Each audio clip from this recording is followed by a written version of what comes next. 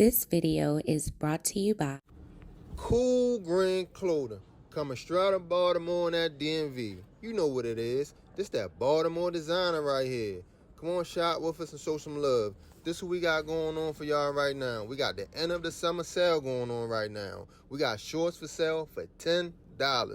Come on through and shop with us at 215 West Saratoga Street, Baltimore, Maryland. And if you can't come and shop with us in person, shop with us online right now at coolgreenclothing.com. Oh yeah, and by the way, if you ain't cool and getting the green, you're in the way. And that's just basic. What's going on, YouTube fam? It's your boy Tony 2Times, and we back with another episode of the Baltimore Way, man. Before I start, be sure to tap that like button. Definitely watch this video to the end to hear the full story and all the details in the case. For the day one fam, y'all already know it's all love. Thanks for tuning back into another episode. If you're new to the channel and you feeling the content, feel free to subscribe. Definitely hit that notification bell so you can be notified every time we drop a new video. Let's get right into the story. Environment plays a major part on how an individual views life or chooses to live. When you look out your window or leave your house every day, what do you see? Some people see nice homes with people going to work, neighborhood watch, gated communities. Some see poverty, despair, killers, addicts, hustlers, and robbers. Of course, most people, when they decide to bring a child in the world, want the best for them. You hope, even if your situation is not the best, to one day overcome them circumstances, to get in them better environments to raise your kids in. Most people do what they gotta do to survive. And if we all had a choice on where we were born at, how much money we had, we will all be up, right? But in real life, you live and grow how you all talk, or sometimes you go off what you see. In a lot of inner cities, there's so many young lives lost to the streets or jail cells, not because they were bad kids or didn't have good people in their life or a good upbringing. It's just that vicious cycle, them dark clouds that can quickly turn the sunshine shining on a bright young man or woman into rain. And on this episode of the Baltimore Way, we will discuss two twin brothers who both lost their lives in different ways to the Baltimore streets. Terence Barnett and Trevon Barnett, both known as twin, were just that, twin brothers born in 1993 in Baltimore, Maryland. The brothers were close and had a pretty good upbringing. By 2012, they both were in high school. Trevon attended Patterson and was the man on the basketball court, focusing on making a better life for himself, as he always told coaches he wanted to leave the city one day because of all the violence. Trevon was also said to be a decent young man. He attended a different school than his brother. He was attending the Achievement Academy and was only 3 credits short of graduating.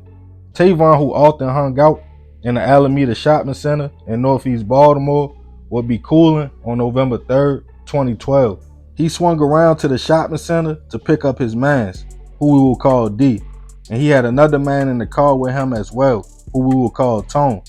D had been trapping in the shopping center all day and had about a stack or $1,000 and was looking to get some grass. He asked Trevon, did he know anybody, in which he said yeah. The 3 young men then drove to the Wheaton Apartments on the 1200 block of Linworth Avenue. When they got there, Twin and D got out the car. D handed him the bread as Twin approached a 29-year-old man named Terence, who was known to have the grass. Terence had 2 young kids and a wife, who we will call Tiffany. The family had previously been homeless in New York and had just got on their feet in Baltimore. Terence was a salesman and online DJ, but he also hustled a little on the side.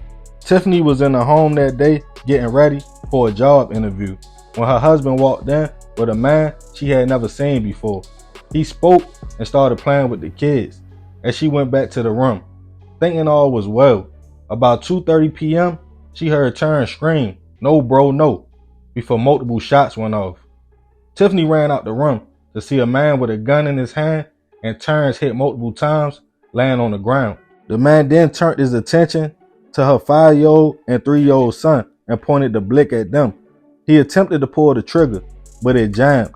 She ran to protect her kids and told the man to please leave. She didn't see anything and wouldn't tell no one. The shooter then attempted to shoot them all, but the gun clicked again, jamming, and the man ran out.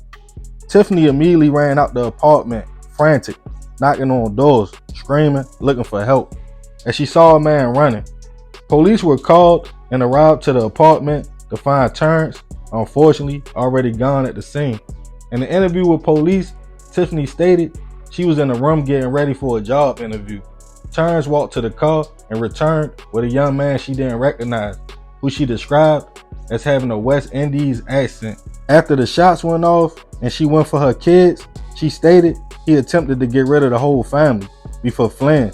Detectives showed her a photo lineup in which she pointed out a man named Daniel. Police picked up Daniel, who denied knowing anything about the incident. In fact, that day and time of the hit, he had his son with him at the Family Dollar, in which he worked, filling out paperwork, in which his manager then confirmed. After hearing names back in the neighborhood, Tiffany went back to the police station and told them it wasn't Daniel, she was mistaken, and showed them a picture of Trevon and claimed he was definitely the shooter. BPD put out a warrant for Twin, who was eventually picked up and charged with first-degree murder and other charges at just 19 years old. After sitting for 2 years, the case was finally making its way to trial, and Twin Man's D had turned state witness to get immunity in a federal case. He took the stand, stating what took place that day. He told the court Trevon picked them up from the shopping center. After that, they headed straight to the apartments. He claimed he did not know the other man in the car, but knew Twin for about 5 years. He got out and waited in the stairwell for Twin to exit the home, but about 15 minutes later, he heard screaming and started running back to the shopping center after he saw a lady running out the house knocking on doors. D was picked up by Baltimore City police and questioned shortly after because people saw him running from the scene. He denied having any knowledge at first, but when police picked him up again and told him he could be charged as well, he pointed out Trevon in the photo lineup and claimed he met up with Trevon that night he got released from the police station. He gave him the $1,000 back he had gave him earlier and told him he shot. Tiffany, who had since went back to New York with her sons, took the stand, stating Terence stayed to himself and worked hard to try to give a better life for him and his family. She claimed Trevon took that away from them, calling him a monster that attempted to end the life of her and her sons as well, after having just been playing with them. Her oldest son drew a picture in which she showed the court of what he saw that day being in the room with his father, showing a figure holding a gun shooting another figure who was supposed to be his father, and stated the young man had nightmares.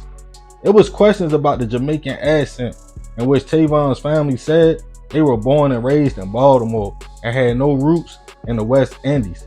Even about Tiffany pointing out another man at first as the shooter. Trevon's lawyer spoke on the doubt and that the young man was almost finished high school and wanted to start a real estate business with his twin brother, Trevon. But in the end, at just 21 years old, Trevon was sentenced to life in prison for the hit of Terence. Fast forward, about 2 years later, Trevon's twin brother, Trevon, had since graduated high school, had a 2-year-old daughter with his high school sweetheart, and one on the way. They were planning to get married as soon as he saved up enough money to move them from Baltimore. The young man's focus had shifted from basketball, even though he was good on the court and played on the championship team. He had a family to provide for now and took some college classes at BCCC Essex after high school to find a career. But on June 14th, 2016, Baltimore City Police was called to Kirk Avenue in Northeast Baltimore about 3:20 a.m. to reports of shots fired. Once they got there, they found the man sitting on some steps, suffering from a gunshot wound to the chest. He was rushed to Johns Hopkins Hospital, but unfortunately, 9 hours later, passed away from his injuries. The victim was later identified as 23-year-old Trevon Barnett. Family, friends, and his fiance was devastated as they were just planning to move down south, and the family had lost the 2 brothers 2 years apart, one to prison and the other to the streets. Witnesses stated 3 masked men ran up shooting, in which family was confused. claiming Trevon never really played the streets. I'm not sure if the case ever got solved. Rest in peace to Terence and Trevon. I send my prayers and condolences to both families. Back to environment. It's crazy how the same environment affected two families that are forever, unfortunately, connected by trauma the same way. Nobody planned for that. Everybody wants to live and be great. We don't wake up wanting to get hit or catch a life sentence. Terence and Tiffany had plans that went past November 2012. And Trevon also had plans for his family that went past the summer of 2016. But unfortunately, the environment and streets make their own plans, leaving families to suffer. Kids fatherless, men and women who could have added value to the community, gone. But hey, that's the Baltimore way. Man, that's crazy. I ain't gonna talk y'all head off with this one. Rest in peace, them two men. Y'all let me know what y'all think in the comments. Definitely be respectful. It's another episode of the Baltimore Way. It's your boy Tony 2 times. I appreciate you if you made it to the end. It's all love, fam. I'm out.